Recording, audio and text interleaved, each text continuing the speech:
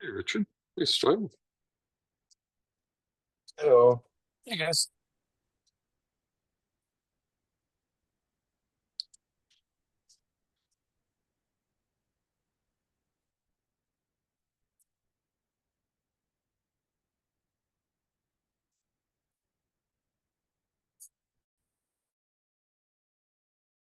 Good morning. Morning. Good morning. Morning.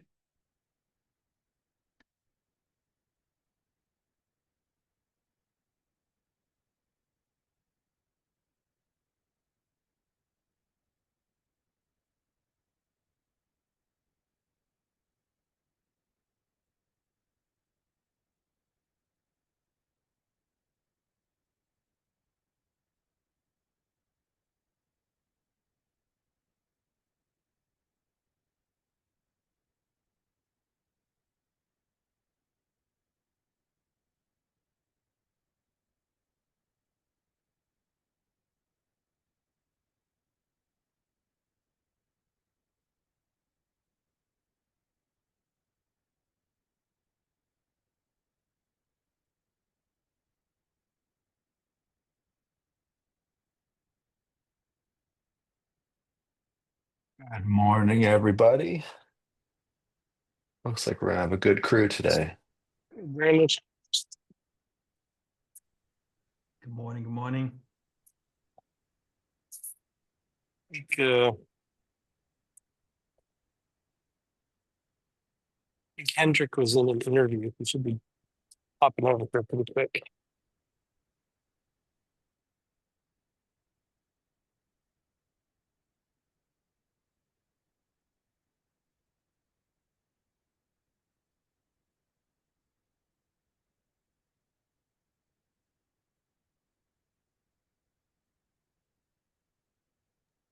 I know the two of you keep doing interviews all the time. I sure hope you get the job.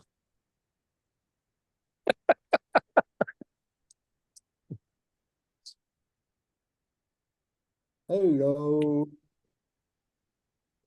Hello. Hey, Hendrik.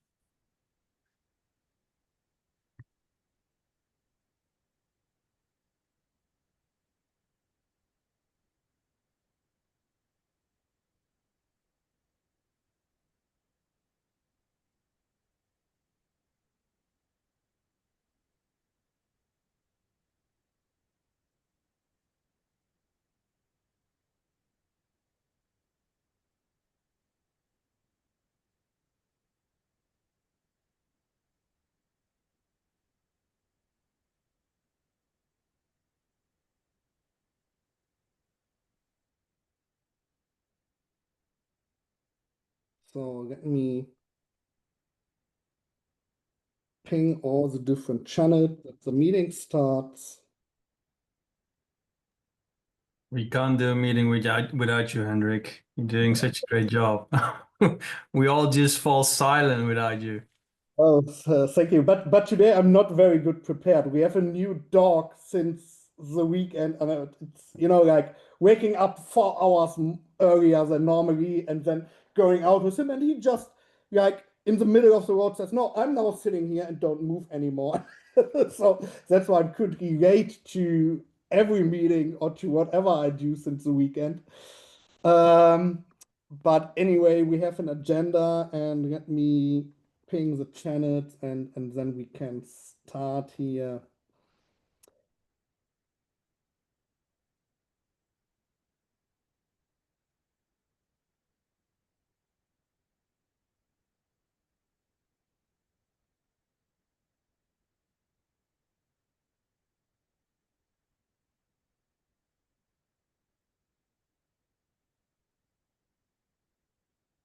Okay, so really a lot of people in the meeting today. I like that. So let me share the agenda. And yeah, welcome to the TSC meeting. As all of our meetings, this is a public meeting, which means everybody is welcome to attend that meeting, and I see like way over 20 people are already in this meeting, which is really great. So you can see we have a lot of participants in not only our TSC meeting, even in our community meetings. And if you are interested in joining our public meetings, you can find all of them in the calendar of the Hiero project, where you have like a Zoom link to each of the meetings that you can then easily join by clicking on the link. You can subscribe to that calendar in your Google Mail or Google Calendar or Apple Calendar.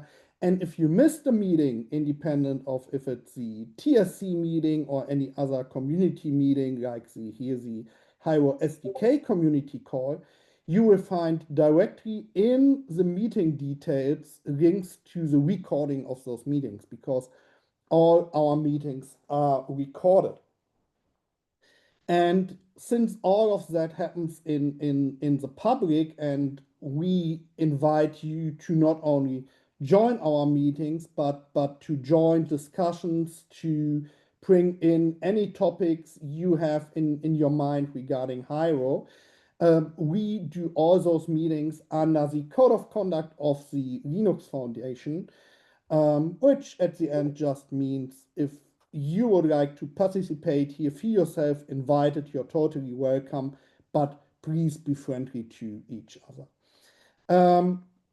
And next to the Code of Conduct, our meetings happen under the antitrust policy of the Linux Foundation. Okay, so let's come to the agenda. And as I said, I'm this week a little bit lazy based on my dog. So the agenda is currently mostly about the hips. So as in every meeting, let's have a look at the pull request of the previous meetings. I think all of them have at least one approval.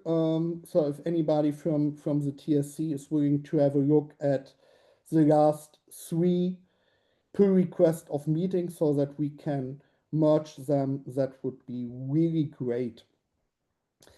And with that, we come to the topic we have for today, which is we have a HIP that should be presented. And thanks to Richard, we now have, as people who attended already the last TSC call know, we have a public project view in GitHub, and I have linked it here in the agenda. I can put it into the chat too. Give me a second. Here we go. That gives an overview of the HIPs that are already approved by the TSC, that are currently in preparation for the TSC, or that should be reviewed. And with that, we have one HIP currently, which is this one. And when I click on it, I directly come to the pull request of the HIP, where you can find then all the details of the HIP in the markdown file. So, which is a great benefit, because with that list, you can already upfront have a look about what will come to a TSC, what will be presented, where should the TSC do a voting on, and already can have a look at the definition of that HIP. And I've seen Lazar as part of that meeting, so I assume, Lazar, you will present that HIP to us. Is that correct? Unless Richard has insisted on presenting it, yes. Ah, okay. So, Richard, is it you or is it Lazar? Lazar. Okay, Lazar, you presenting that HIP. Should I stop sharing my screen so that you can share and give an overview? You can just scroll and I can just talk through it. It isn't really complicated, that complicated. Essentially, the HIP is called quiescence. This is not a word that I used to know before Lehman taught me what it means. It means to be quiet. So essentially, the goal there is to support Hiero networks that might have very low transaction bandwidth. So some networks that might have maybe a few transactions per day or maybe a few transactions per hour, something along those lines. And the goal is just to constrain resources. So while there are no transactions, there is no need to create events, to create blocks, to use up unnecessary bandwidth that the Hiero system, the Hiero consensus node does when when operating under normal circumstances. So for networks like Hedera, this is absolutely useless because Hedera always has transactions, and so it is completely meaningless. But for smaller networks, this could be quite valuable.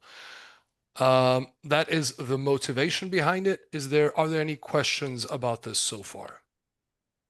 Hendrik, just one comment. A good example of networks where I think every developer will care is like a solo network. You know, something that you stood up for development purposes, but you aren't sending tons of transactions to.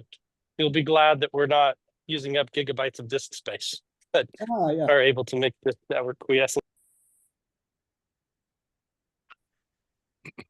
Thanks for the clarification. Any questions?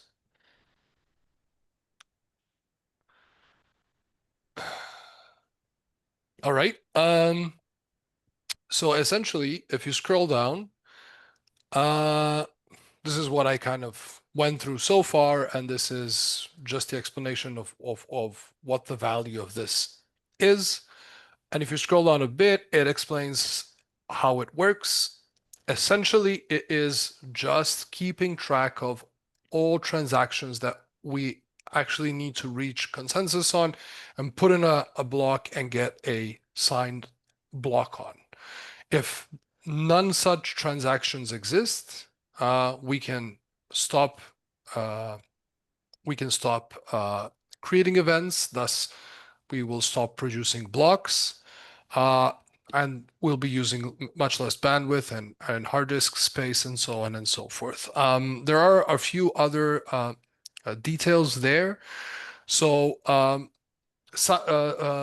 certain functionality kind of needs the network to be active, otherwise it doesn't work. So we need consensus time to advance, for example, for scheduled transactions.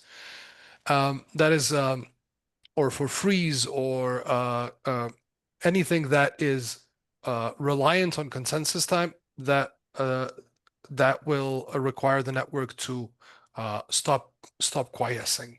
And so essentially, all the nodes in the network will have the same view into what the current situation is. So either we have transactions that haven't reached consensus and ended up in a block that has been signed by the whole network that we can get state proofs on, or no. If there are none, everybody can stop. They can just keep gossiping in case something shows up. And so a node might receive a transaction. It will create an event, put it into it will create an event, put that transaction into an event, gossip it to everyone else. At this point, the whole network becomes aware of this transaction that needs to reach consensus and end up in a fully signed block, and it will stop quiescing until all of that is processed. We've reached consensus. We signed the block. Those signatures are gossiped throughout the network. Everybody has aggregated them, and and then we can quiesce again.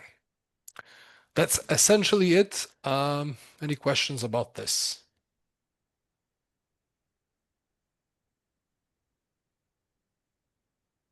Oh, I dropped a question in the chat. I was just asking, is it a opt-in hip? Like when you run solo, you would turn it on to enable that feature? Well, it would be configurable, definitely, but it only makes sense if most of the network opts in.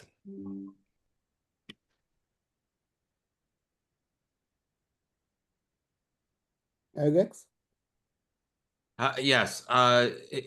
Speaking of the configurability, in terms of defining or determining optimization around time periods of quiescence, what has been determined based on coming up with this proposal is like a time period where you say, oh, it makes sense to go into a period of quiescence rather than to continue normal operations. Because if no events are being created, I mean, obviously there's gossiping going on, so there's no recording going on if there's no events being created. So I'm trying to, I guess, wrap my head around where are we getting the efficiencies if we're not generating events or block stream records when no activity is occurring anyway. And I'm sure I'm missing something. Okay, so without this feature, if there is no activity, meaning no transactions, the network would keep creating events, keep reaching consensus on those events, and keep producing blocks that are linked together that the network would have to store forever. An example could be like a solo network where it's just for testing purposes, and maybe you want to run it on something that doesn't really have much capacity. But it might be a new network that really doesn't want to get into a situation where it has to store gigabytes and gigabytes of blocks forever, all of which are essentially empty.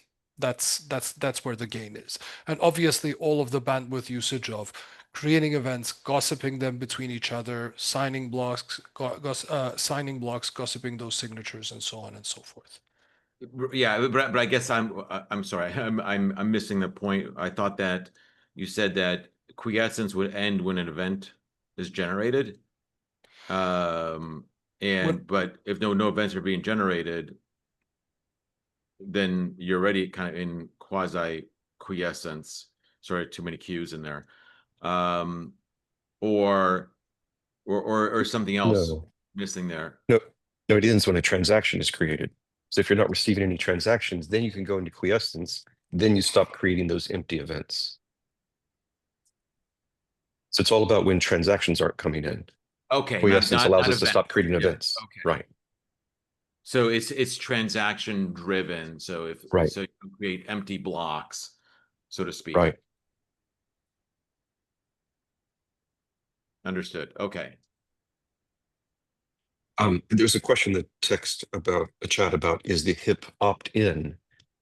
This doesn't hurt performance. In fact, it helps performance. While you're quiesced, you are all just poised, waiting for the next transaction to come in. So you actually will respond even faster to that first transaction than if you had been churning out useless blocks.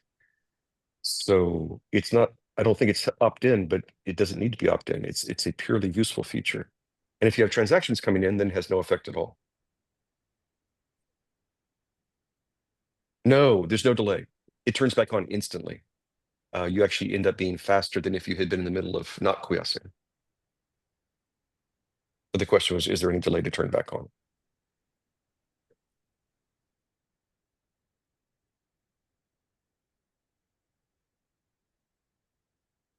I have a question, but I cannot do hands-on since I'm sharing my screen. So when we're in that silent mode and there was no, let's say, like communication going on, how do the system can recognize in that period if a node gets like broken? Or is that then only be able to check when the silent mode goes away because events happening again? When a node gets broken, is that what you said? Yeah. So broken in what way? One thing that could happen if a node, let's say, dies, we would lose net connections to that node. So the connection would still stay open during quiescence. There would just be no events going through them. So if a node dies, we'd lose connections to them. to that node, and that's how we could detect that a node is, let's say, Yeah.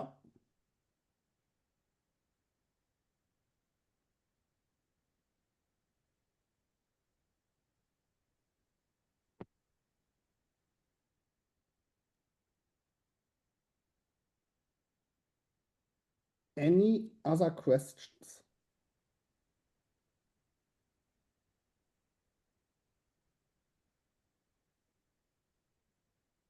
One truck. Yeah, no, I'm just trying to think of the other operational implications of a downed node trying to reconnect and what that might affect if there's no transactions during that period. Makes it faster. Yeah, it makes it faster. You reconnect faster because no one's wasting bandwidth. When we have block nodes, it won't matter, but right now it makes it faster. Your reconnect will be faster when you're quiescing because everyone's not preoccupied with talking to each other. By the way, trivia fact, this was on the network for years. and since it never got used on Hedera, we eventually took it off the network. But just an interesting fact is we actually had this in our code for a long time.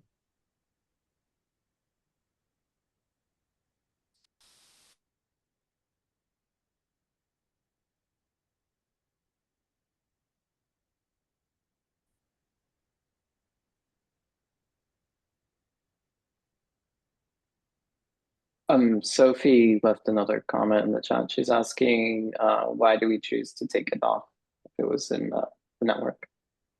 Yeah, as Lazar said, it never actually gets triggered on Hedera.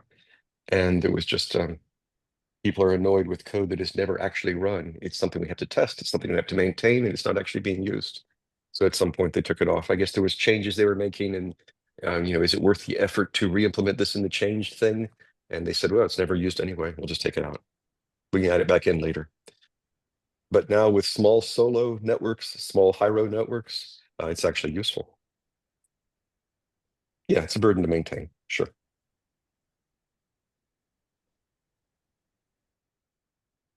How to figure out when to go in that sleep mode. I mean, it don't happen because it could be like, let's say like every 20 milliseconds a transaction comes in, right? Will that end in going into that mode, or is there a grace period after a transaction comes in? How is that calculated? When I assume it's configurable somehow, but what is the idea about how to trigger that mode? So what is the trigger to start that mode? to start Yeah. quiescing. Yes. I cannot spell that word, that's why I'm saying sleep mode. So sorry for that. Lehman, you want to go ahead? Sure. So you can do it immediately. As soon as you have reached consensus on all the events that do have transactions inside of them. And so there's no setting here. You don't need a setting for how long do I wait. It's simply if you've already reached consensus on every event you know about that has a transaction, don't create new events. And that's really all it is. All this mode is I just don't create new events. If I don't have any transactions that have come into my inputs from the users, so I have no reason to create an event for that, and there's nothing in memory that I need to get consensus on, so I don't need to create events to create consensus, then I have no need to create events. So I stop creating events. And if everyone stops creating events, then by definition, we have quiesced. That's all it is. It's not some super complicated sleep mode. It's simply, if there's no point in creating an event, don't create an event. And then you get this nice side effect that we don't waste tons and tons and tons of bandwidth in memory. Ah, okay. Yeah, makes sense. Yeah, when thinking that way about it, yeah, sure. Okay, got it. Thank you. And I thought you were maybe concerned about the fact that like this might be kind of going on and off. And really on a network that constantly has transactions, this would never happen, because if we get one transaction, that we need to build a graph on top of that event. And it takes, well, I'd say on Hedera, it takes what, 2 seconds for that transaction to reach consensus. So we would not be quiescing until then. If another transaction comes in, oh, well, then that one needs to reach consensus. So if there's a constant flow of transactions, this is just not activated at all. Yeah. And going back to the earlier question, to unactivate it takes literally 0 time. When a transaction comes in, I create an event around it and I send it out to everyone. Right now, that's how it works. I just send it to everybody simultaneously. Whether request or not, that transaction will get to everyone as soon as I can gossip it to them. And they will start creating events to reach consensus on it as soon as they receive it. So you literally reach consensus on this next transaction as fast as you would have if we weren't quiescing. And maybe even a little bit faster because you aren't wasting time gossiping events that are related to something prior to it. So restarting is maybe even faster than if you hadn't gone to sleep.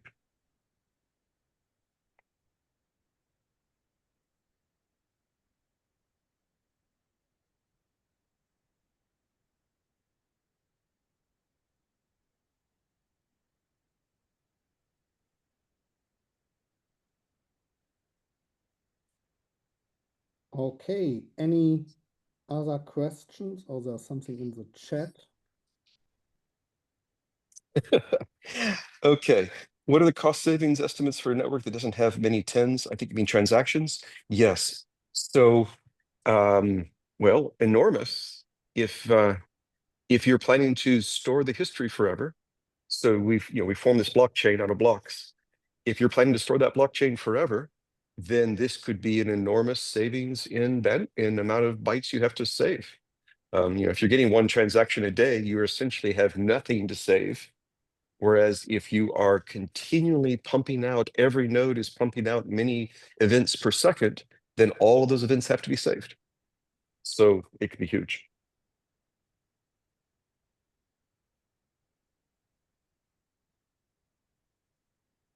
I like that. Leasing nodes is a cool idea.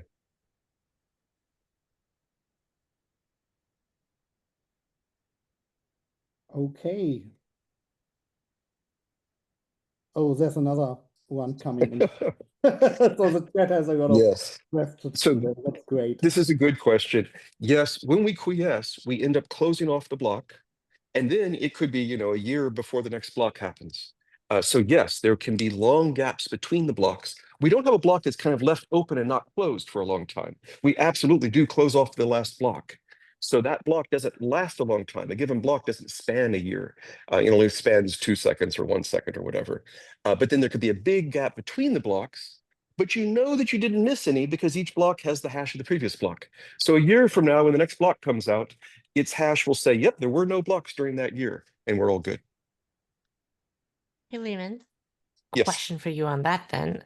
If you're a observer of the network and there hasn't been a block for a while, how do you know that the network is in quiescing? How do you know the network is doing that? Yes. So if you're talking to a mainnet node and it's still talking to you, then if it's honest, you're fine. If you're talking to many of the mainnet nodes and none of them are doing this, then you know they're fine. That's basically the whole thing. It's not like they're going to be sending you messages saying, I'm sleeping right now, but I'm still alive. It's just as long as your connection to them is connected, then you know they haven't crashed and no backhoe has cut off their internet connection. And if you're concerned that they're maliciously just withholding this from you, then you talk to multiple nodes and then you can be confident. So it's very similar to really how we know right now. In addition, if it's a small network, so if you're running solo, you're running the network. The whole network's running on your laptop. And if it's a small Hiero network, presumably you're running one of the nodes. And then, of course, every node knows that we've gone into quiescent mode. But if you aren't running any of the nodes, then you just need to maintain a connection to the nodes. And as long as your connection is alive, then you know the node hasn't crashed.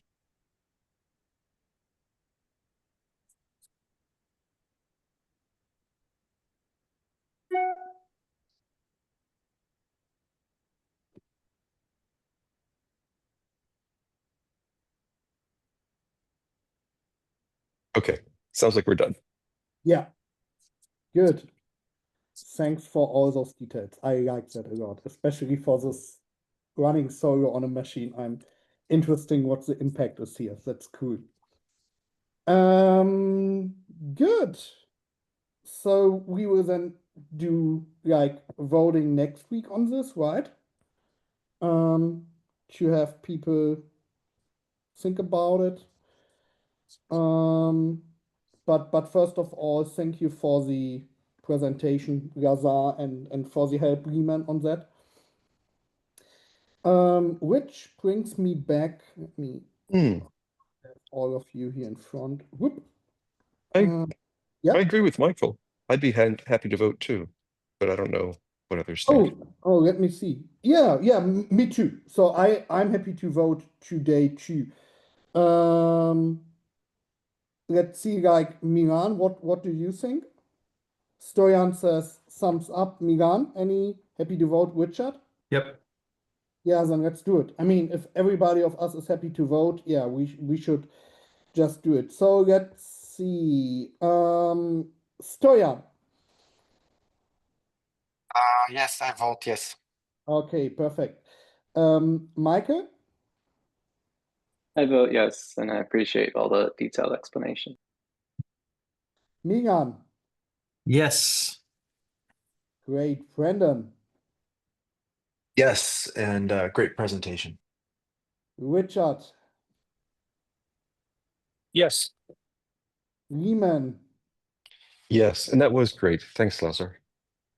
And My so pleasure. I need to ask you, because you're like, everybody from the TSC is on the first 10 people here, but Alex, you're like in the last row. Sorry that I missed to ask you. Are you fine to vote too? Yes, I yes. hope so. Perfect.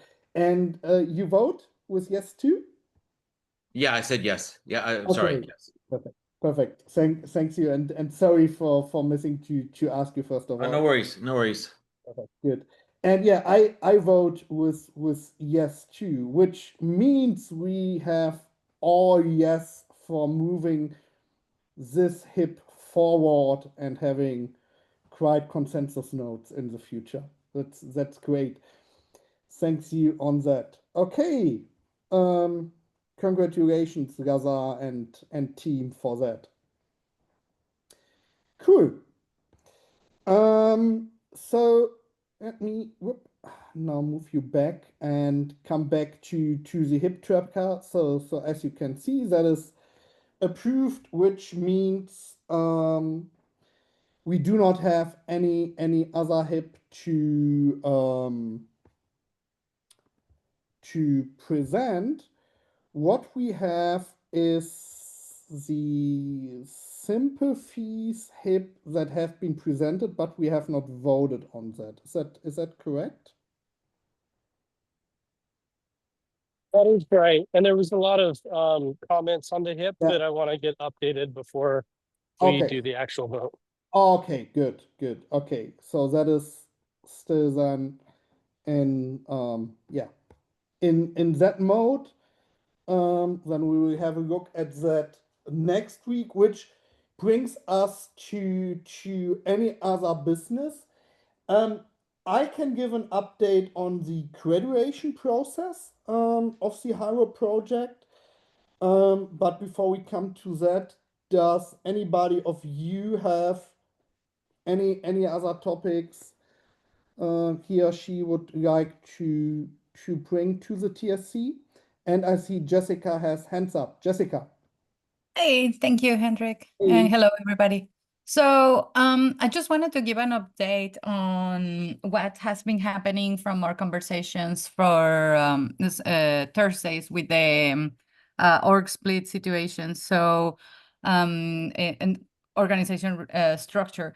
So after several conversations that we had with several people that are in this call right now and a few others, we decided that for ecosystem projects in the future, they're going to be adopted under the Hiero Ledger organization. However, we do have few considerations to think about. Like, for example, we're going to run into situations where we need to talk about the budgeting for the tools that we're using to support those projects, like Step Security, SNCC, and any other, including engineering support as well. So we need to think about those considerations as well. But for now, I just wanted to update the TSC about the fact that we have not decided to do an org split, that we are considering hosting all those repositories in HieroLedger itself. And with that, we are also we're gonna also require for these new repos joining HieroLedger to adopt our security standards that we set up for our other repos, so that they're up to par with whatever we have in HieroLedger. So I just wanted to open it for questions, or if anybody has any concerns or any comments.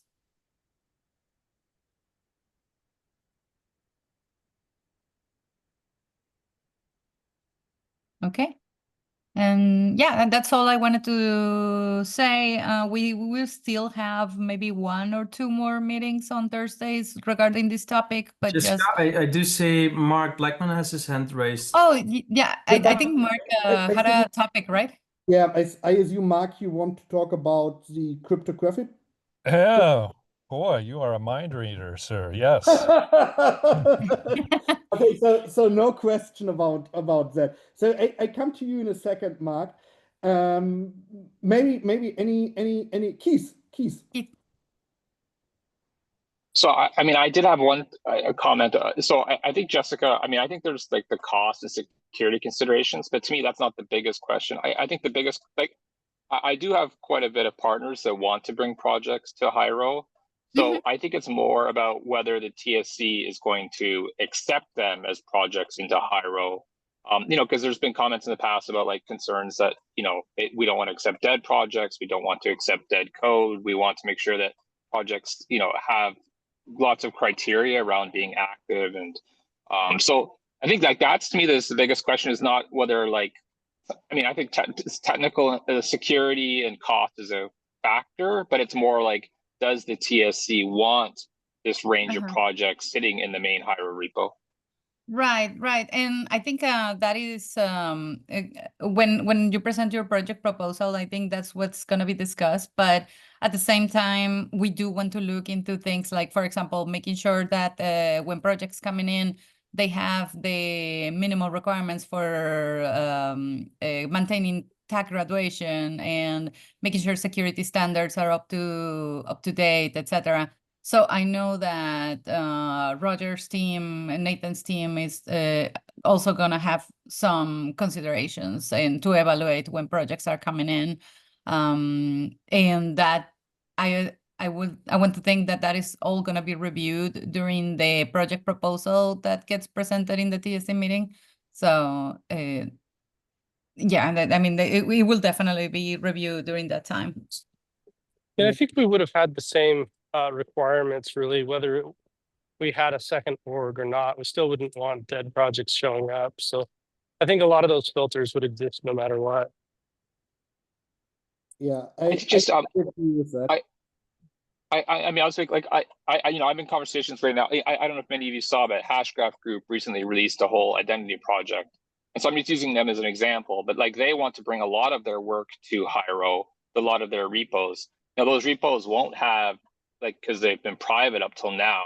So I don't know if they're going to meet a lot of Hiero criteria. And so, you know, they asked me, well, you know, let's bring it to Hiero. And, you know, sometimes I don't know what guidance to give companies like this about coming to Hiero, other than to say, well, just come. And I don't want to say, I mean, to me, it feels a little bit, I don't want to say roll the dice, but it would be great if we can firm up criteria. So like companies like Hashgraph Group could know if they have a good chance of getting into Hiero or that poor chance, or what they need to do. I do think that that would be very helpful for the community, just as feedback. Yeah, and to add to that, I had the same concern from others, that we wanted to have like a guidelines that are public for people that are coming in. And for example, things like, oh, you need to have a maintainer's file or a README file, like all the repo structure basics, as well as knowing, getting them to understand what OpenSSF scoring is, etc. And that is definitely something that I'm gonna be there to help projects with. But also I am working on a guideline that they can find available in our governance repo. So that is still in the progress. Unfortunately, I have not been able to make much progress in that guidelines because of graduation, but definitely that should be coming in. Yeah, I assume Jessica and I learned a lot while we were working on this graduation process for higher total that we can reuse that. And I think at the end I would say it's like that. We decided for now that we don't do an org split. If we have so much repos in future that an org split for any reason could make sense, we could do it then, right? And on the other hand, not doing an org split does not mean that on the one hand, in future, we could say, look, within Hiero, we differentiate between projects that have an graduated state in Hiero and like an incubation state in Hiero, but being under the same org. So we maybe then have some security guidelines as a minimum level, but that is something each project, even if it comes from out of the private and with that does not have many contributors, can achieve, right? Because they just need to implement those security guidelines. And we always have this point to say, like, if you want to do that in the open and do like coming from private and have the goal to be a project within Hiero, I mean, we can always say, hey, let's move it to the LFDT incubation sandbox first, so that it's already under Linux Foundation and Linux Foundation distributed LFDT. And from that, moves the project into a state that it fulfilled this minimum that we have for security and so on, and onboarded then to Hiero. Does that make sense to you, Keith? And Diane has hands up.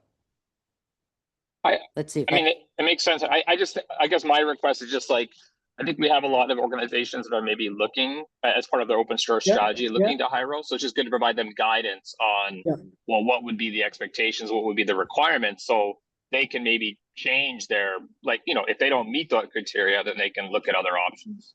Okay, so your wish is to really have a file written down. This is our minimum criteria that is need to be fulfilled to be onboarded on Hiero, independent of I think that would add a lot of certainty. I mean, that would add a lot of guidance for the community, for companies looking to bring stuff to Hiero. Yeah, I think Roger, Jessica, we should put it on our roadmap then for any future meeting working on. Yeah, okay.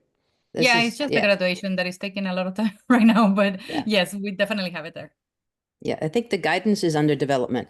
I just wanted to just correct something that Hendrik said, is the LFDT labs, where we might suggest that a project that wasn't quite ready for the Hiero repo, along with someone, if someone acted as an LFDT steward for the labs from the Hiero community, could be the steward associated with that project, so that someone from our community would be helping them get ready to become a project. So if somebody brought something forward to this committee to be approved and accepted, but we found it not meeting the minimum standards or needing something like massive DCO checks or review of libraries or something, we could ask that they go and be created as a LFDT lab and work on it there.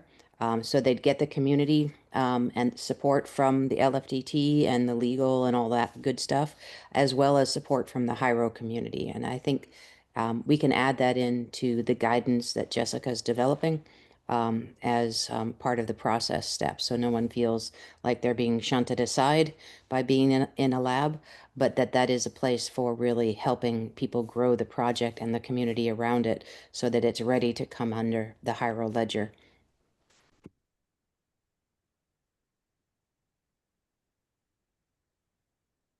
Thanks, Diane. Any other comments, questions on that?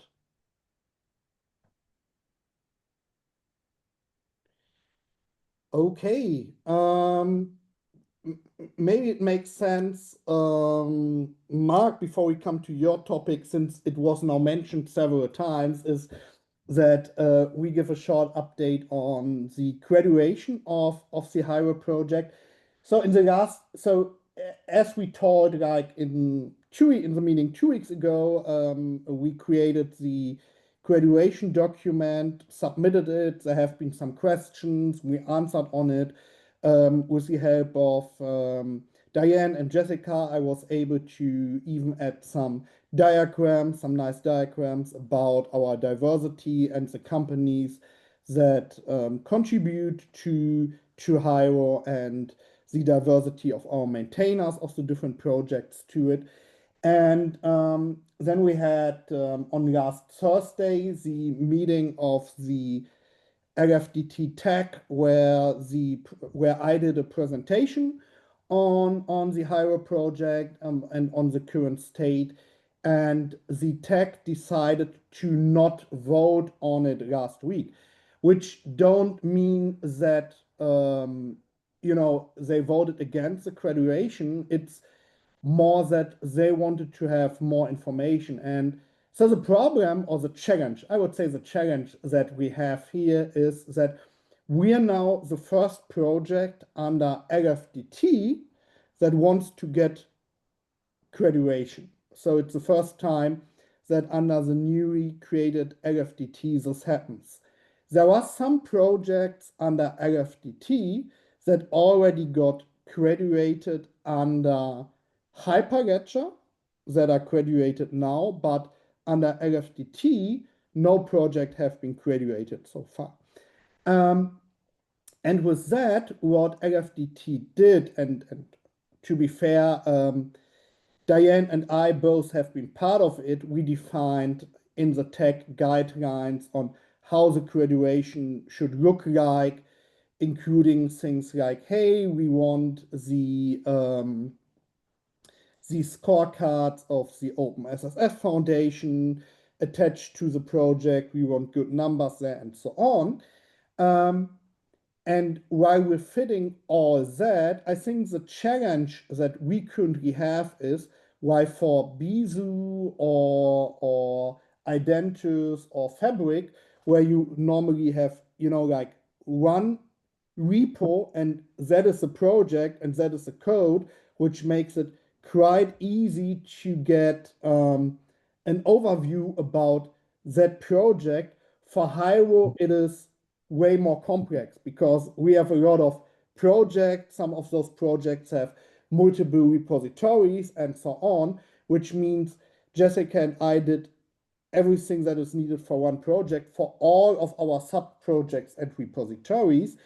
And while all that looks good, the idea of the tech is now, okay, we want an additional overview about the whole Hiero based on the different, how to say it, like topics of the LFX and OpenSSF categories. And we already did that. Jessica did a lot of it. We have a Google Doc that currently contains all those changes, and I'm just today created a pull request against the graduation proposal, against the request, against the document, so that our hope is that we give this additional overview this week on Thursday on the tech meeting, and we hope that we will this week then have a voting on the graduation of Hiero that then will be positive. Have I missed anything on that, Jessica, Diane? No, I think you summarized it really well. I think that's exactly what happened. Yeah. So we currently are kind of like a prototype. That's how it is, right? So we're the first where all these routes are checked and tried if it works, and that's just why it takes a little bit longer, and why people maybe be a little bit more strict, right? And look directly into the documents, is it like this and that? but I think that is don't mean that we in a bad position. It just means that it takes longer. And yeah, Jessica and I currently do this extra mile of work to add. Now we have, from my point of view, some information twice in the document because it's people want it in this and that structure, but that's how it is, and I assume we're good and move forward here. Yeah, any comments, questions on that? Oh, and I can share the link to the pull request. Give me a second. No, I need to. Or Jessica, can you maybe do it? I'm Yeah. currently also have my MacBook monitor here, and that is Yeah, for sure. with Zoom. Thanks for that. Yeah, and Okay, this is the initial proposal. However, it's gonna be missing a chunk of more evaluation that we did from the past meeting to this one. So that is the first iteration, and then we have a yeah. upcoming update to this PR with more information that was requested from the TAC. Yeah. And next to update 1, there will be an update 2, but I have the problem that I cannot merge a change into my pull request. So we're currently waiting on Y. And once he has merged that, I will create update 2 that happens later today, I assume. And then all of that will be part of this single pull request for the graduation request. Okay. That's it. Which brings us, since there are no additional questions, Mark, to your topic and the. Sorry, Hendrik. So Yeah. just a quick one. I was wondering because we talked about it 2 weeks ago, and I know you guys have been busy with the graduation, so maybe it's for later on. The timeline for the next election, I saw in the meeting notes it was written down as contributor, but I think it's maintainer. I think there's only one contributor seat, if I remember correctly.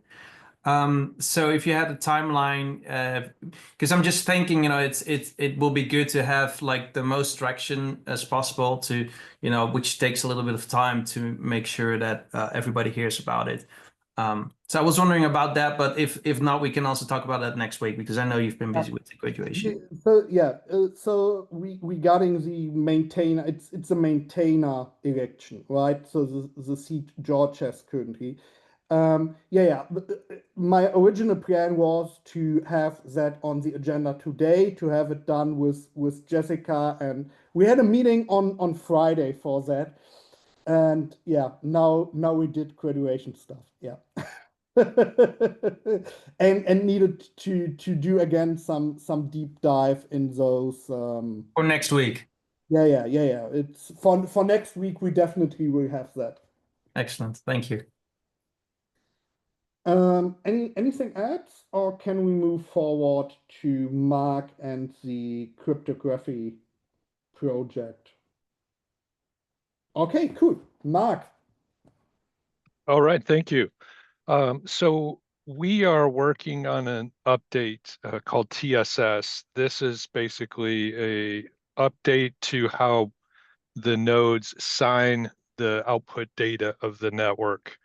Very exciting. We are on the last stages of the HIP, and we're also on the last stages of development of the core libraries that will power this solution. Currently, it's in a Hedera repo, and I will that link in the chat here, the Zoom chat. But given that it's such a critical library to the consensus node, we're thinking that this needs to move to Hiero. And I was just wondering, what process do I need to follow to get, facilitate that move and get approval and everything? I was not involved with the initial repo migration, so just a question I had, and then I'll begin the process. Sure. So what we do here has, to be fair, nothing to do with the initial project migration from the Hedera repos, because that was that we upfront said, okay, those are the repos we will migrate and start with. And once that has been done, now each and every repo or project coming to Hiero, independent from where it comes, could be Hedera, could be Hashgraph, could be an individual person. We have the same process here because it's just in a positive way, just another community project, right?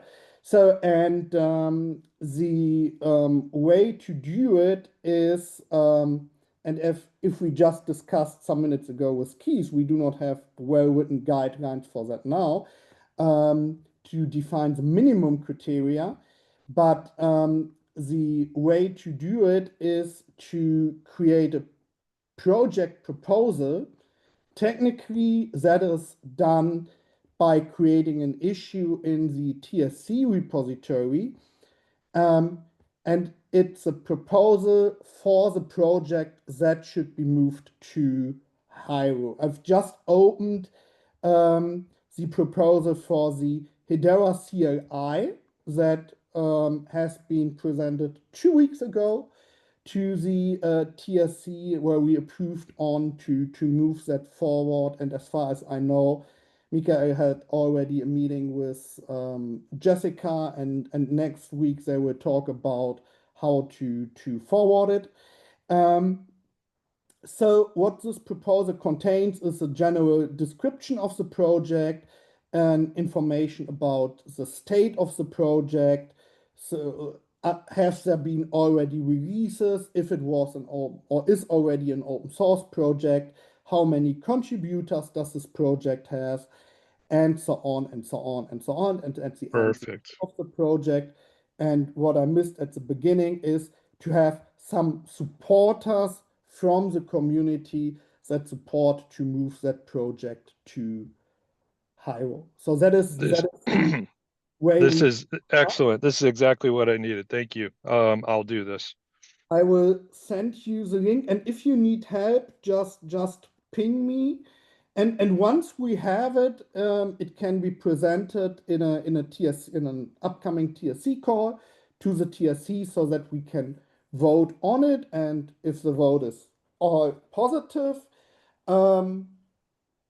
since it's coming from Hashgraph, I assume it will be Roger and Andrew who will then help you to do the onboarding and the transfer of the project to the Hiero org at GitHub. And Yes, yeah. And we have some legal things we have to do internally here. So yeah, we could do this in parallel. Yeah, This perfect. works out. And we even have for that, so here's a wish would be to, where's the calendar now? Here we go. So we have this Hiero Community Project Transition Meeting, which is a bi-weekly meeting happening every second Tuesday. And that meeting is exactly where Jessica, Roger, Andrew, I as a listener, and people from projects coming to Hiero sit together and do the transition of those projects. We do already those meetings in the open so that people can attend and learn, and people who are interested maybe in contributing to Hiero can learn in those meetings how the projects are transferred to Hiero. So that is the full process here. Okay, thank you. I appreciate it, and I will start the process. Okay, perfect. Thank you. And as said, if you have any questions, just ping me. Good. 1 minute left. Any other business?